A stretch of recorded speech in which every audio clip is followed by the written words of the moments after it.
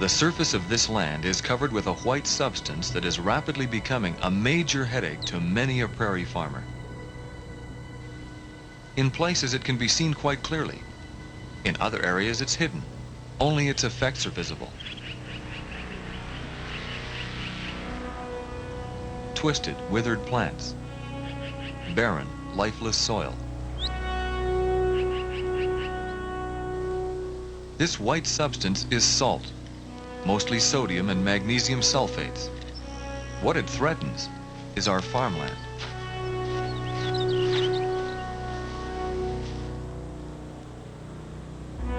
About 3 million acres of Alberta dryland farms are affected by salinity.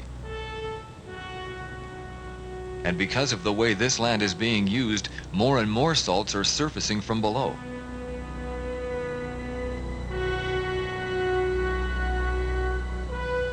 The problem is expanding at an annual rate of about 5%.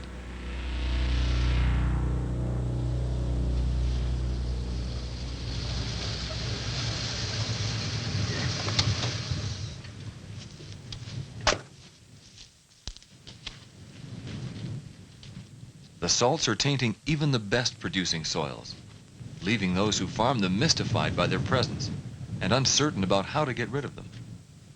Farmer David Harting. I think it's getting to be quite a problem.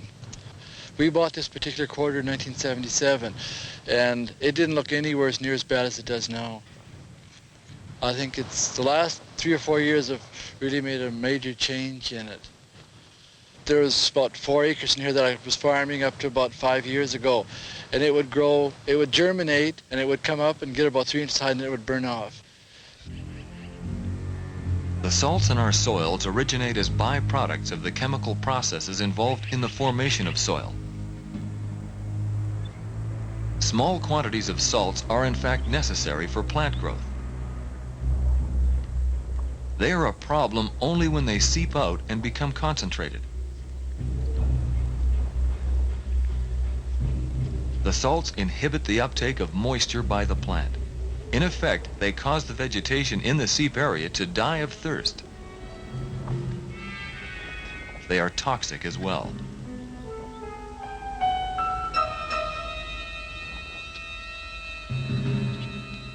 There are some plants that can to some extent withstand this salty onslaught. Plants like kochia, foxtail, or salicornia. In seep areas, these plants often take over and displace the vegetation that existed before. In places, the salt may become so concentrated that nothing will grow.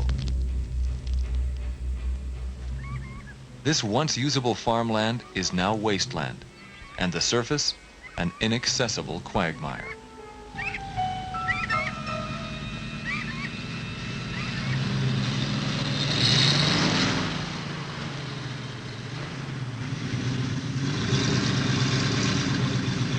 But this is an extreme, as are soap holes, as they are generally called.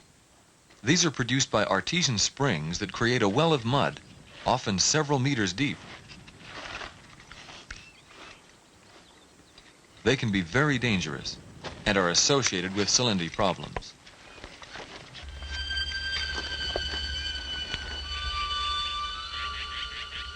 Saline seeps usually result from water transporting salts from below to the surface. In the majority of cases, the source of the water is from upslope areas. These areas at times have water in excess of what the plants there can use, or what the soils can retain. The excess water that accumulates in these upslope recharge areas, as they're called, percolates down beyond the root zone of the plants into the groundwater below. The groundwater then travels downslope on top of a less permeable layer, usually bedrock.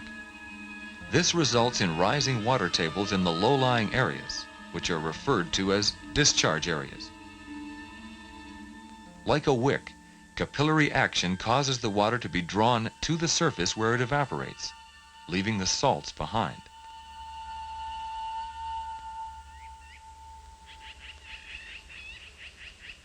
Over time, these salts accumulate and become more concentrated.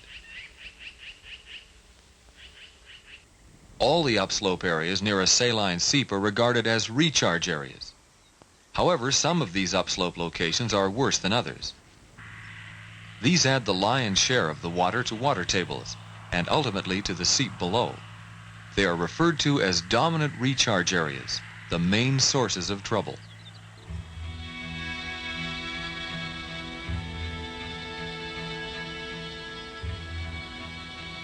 These dominant recharge areas roughly fall into two groups.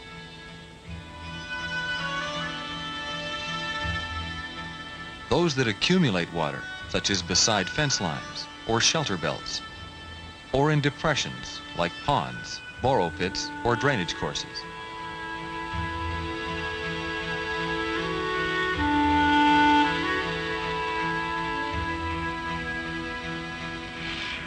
Summer fallowed fields are also a major problem, particularly during periods of excess precipitation. Without growing plants to use the moisture, the root zone becomes saturated, and excess moisture then enters the groundwater system, increasing the problem. The other type of dominant recharge area results from the low capability of the soil to store additional water. Areas with sandy soils, soils underlain with shallow bedrock, or that have high water tables, all pose major problems.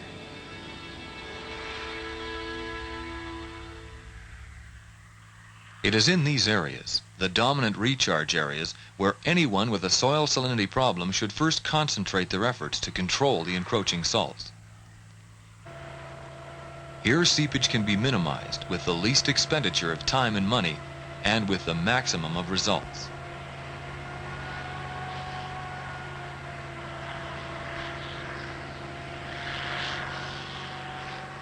Technical assistance for farmers who are having soil salinity problems is available.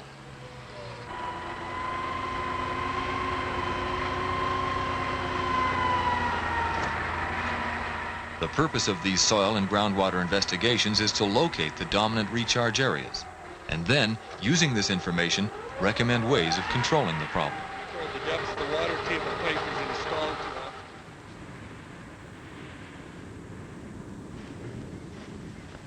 The extent of the seep area can be determined by using instruments that measure the electromagnetic conductivity of the soil. Areas of high conductivity usually contain a greater percentage of salts. Test holes are then drilled in and around the seep area. The soils are logged, and then water table wells and piezometers are installed.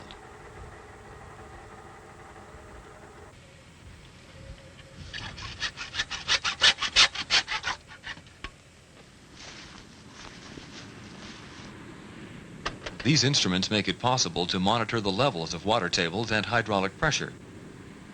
They are regularly checked over several months.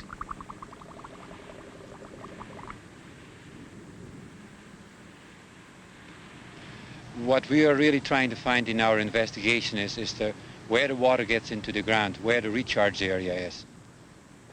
Well, the soil samples that we take as part of our drilling program will go to the lab, and in the labs they analyze it for the chemistry, the electroconductivity, sodium absorption ratio to indicate as to how much sodium there is. The more sodium there is, the worse the structure of the soil will be.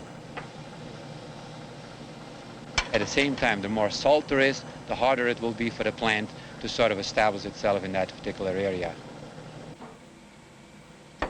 Sometimes we run also mechanical analysis on the sample to determine as to what amount of sand and clay there is. Analyses of the soil removed from the test holes, the soil structure and chemistry, and groundwater data are then compiled into a final report.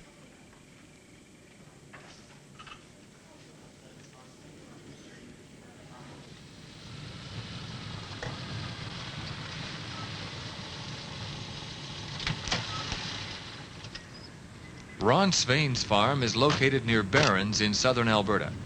Specialists have completed their studies of his land and devised a management plan. Yeah. Okay, here's the map of this particular field that we've done right here, which is this. Soil and crop specialist Don Wentz. We have about 8 acres that we've defined in here as salinized, and we've mapped out the field, and we've given each field in this particular half section a number, and then we're monitoring the cropping operations that Ron is doing on each one of these different fields and the effect that it's going to have on the reclamation of this saline seep.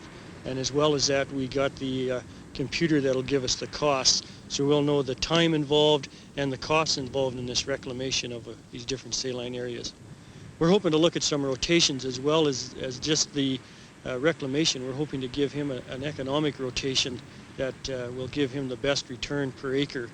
And presumably all the other farmers that come in and see us then will be able to pull a sort of a canned package right off of the shelf and say, here's what I want to do to reclaim my saline seep. We want to do, first of all, some soil moisture measurements during the summer using neutron probe access tubes, and then maybe run some hydraulic connectivity tests on the till to sort of see if sufficient amounts of water could come up to the surface, and also permeability tests on the gravel.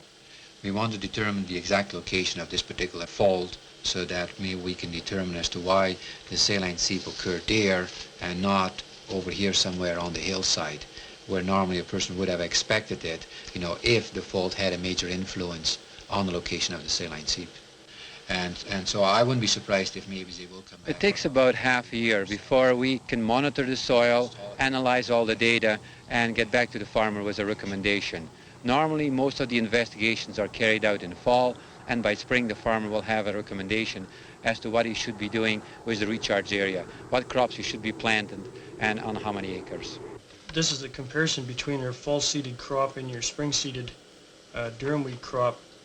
Maybe you can just look at the difference. The completed report on the investigation is presented to the farmer, along with recommendations about how to control the problem. We'd have got one less cultivation anyway. So in total, then, it ends up that the difference in input costs $83 versus what? $74.90. So that's about $10 difference in there, isn't it? Mm-hmm. A number of controls are usually recommended. These may include a combination of cropping and drainage practices, those that prevent and those that reclaim the problem.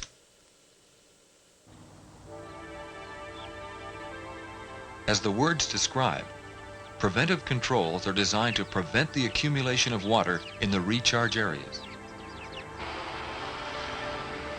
The most effective of these preventive controls is to plant a crop that uses lots of moisture in the dominant recharge areas.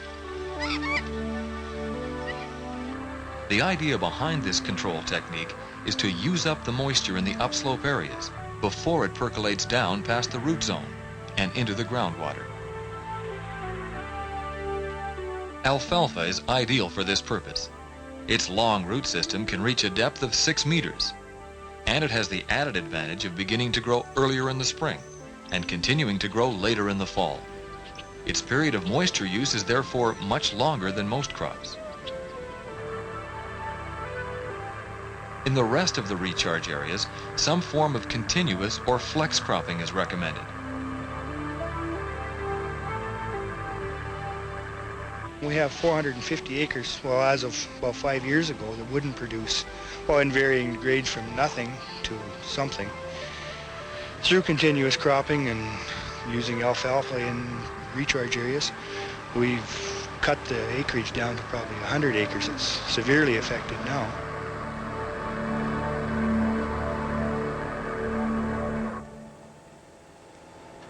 Where recharge areas have been identified, summer fallowing is totally discouraged.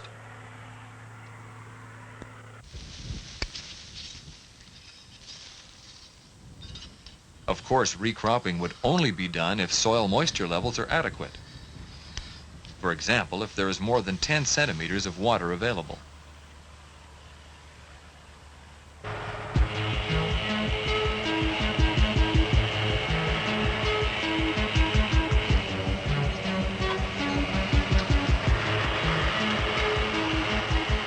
When when the farmer recrops, it is important that adequate fertilizer is applied and proper weed control maintained as well.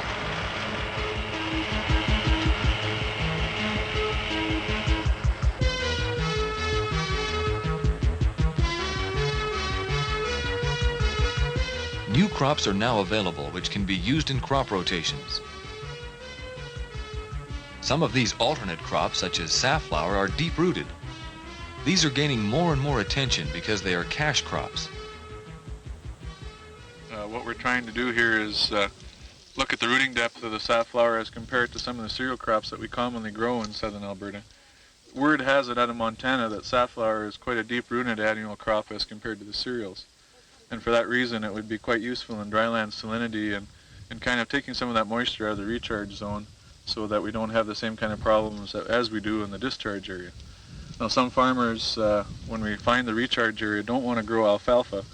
So maybe safflower could possibly have a place in these locations that are designated as a recharge zone.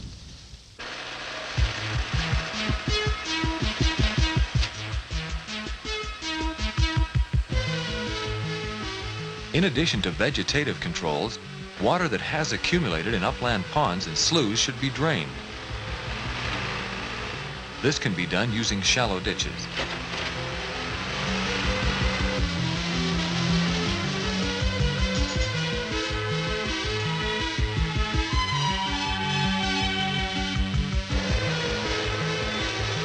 Buried pipes are also effective.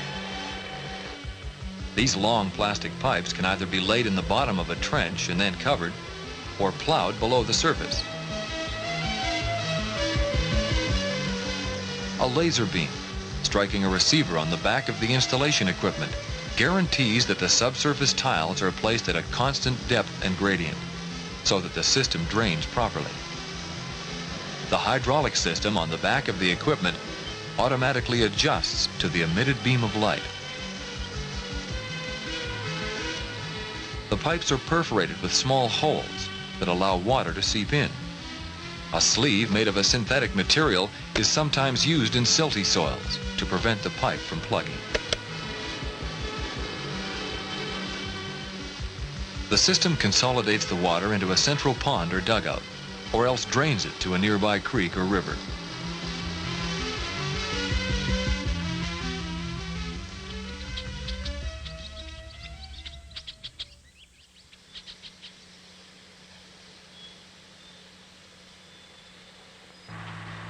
Deep-rooted forages, recropping, and draining upland ponds are the main preventive controls that are applied in the recharge area. Preventive controls are preferred, but not always possible, especially when the dominant recharge area is inaccessible. There are a number of reclamation controls that can be used in the discharge area.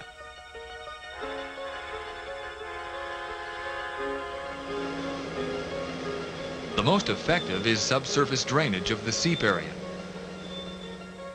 This lowers the water table, allowing snow and rain to wash the salts downward, and over time, desalinize the surface of the affected area. The planting of salt-tolerant grasses in the discharge area is a control generally used to help dry out the trouble spot, to stop the encroachment of weeds, and provide a forage crop as well. Grasses such as Altai wild ryegrass, tall wheatgrass, or Russian wild ryegrass are ideal for this purpose.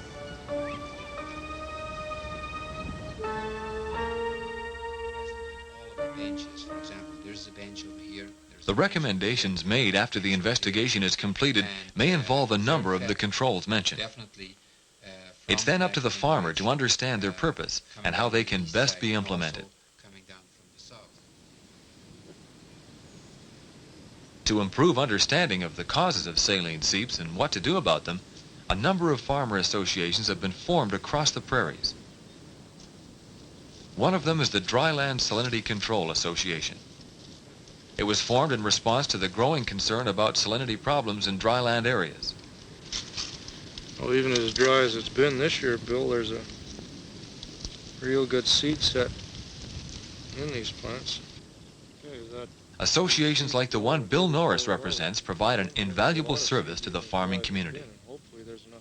Our entire emphasis is on prevention instead of cure, and that takes a lot of convincing to get people to go into high-producing fields and change their cropping methods in order to prevent the spread of salt.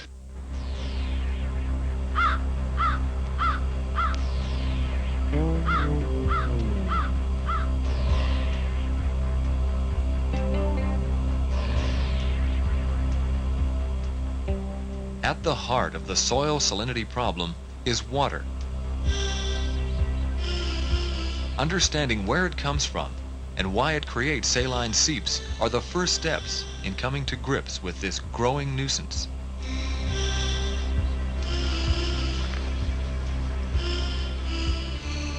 By having their problem investigated and by applying the necessary controls, farmers can often stop and even reverse the effects of encroaching salts.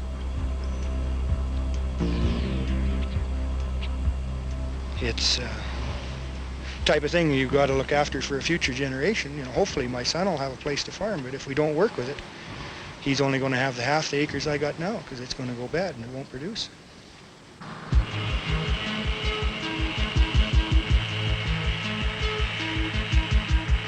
Many farmers are winning the battle, but each year the threat continues to spread. The salts are always there, lurking, waiting for the wrong tillage and cropping practices to begin silently taking their toll on our most precious resource. It's up to the people who farm this land to make sure that not 1 acre more becomes tainted. We should remind ourselves that we are its guardians.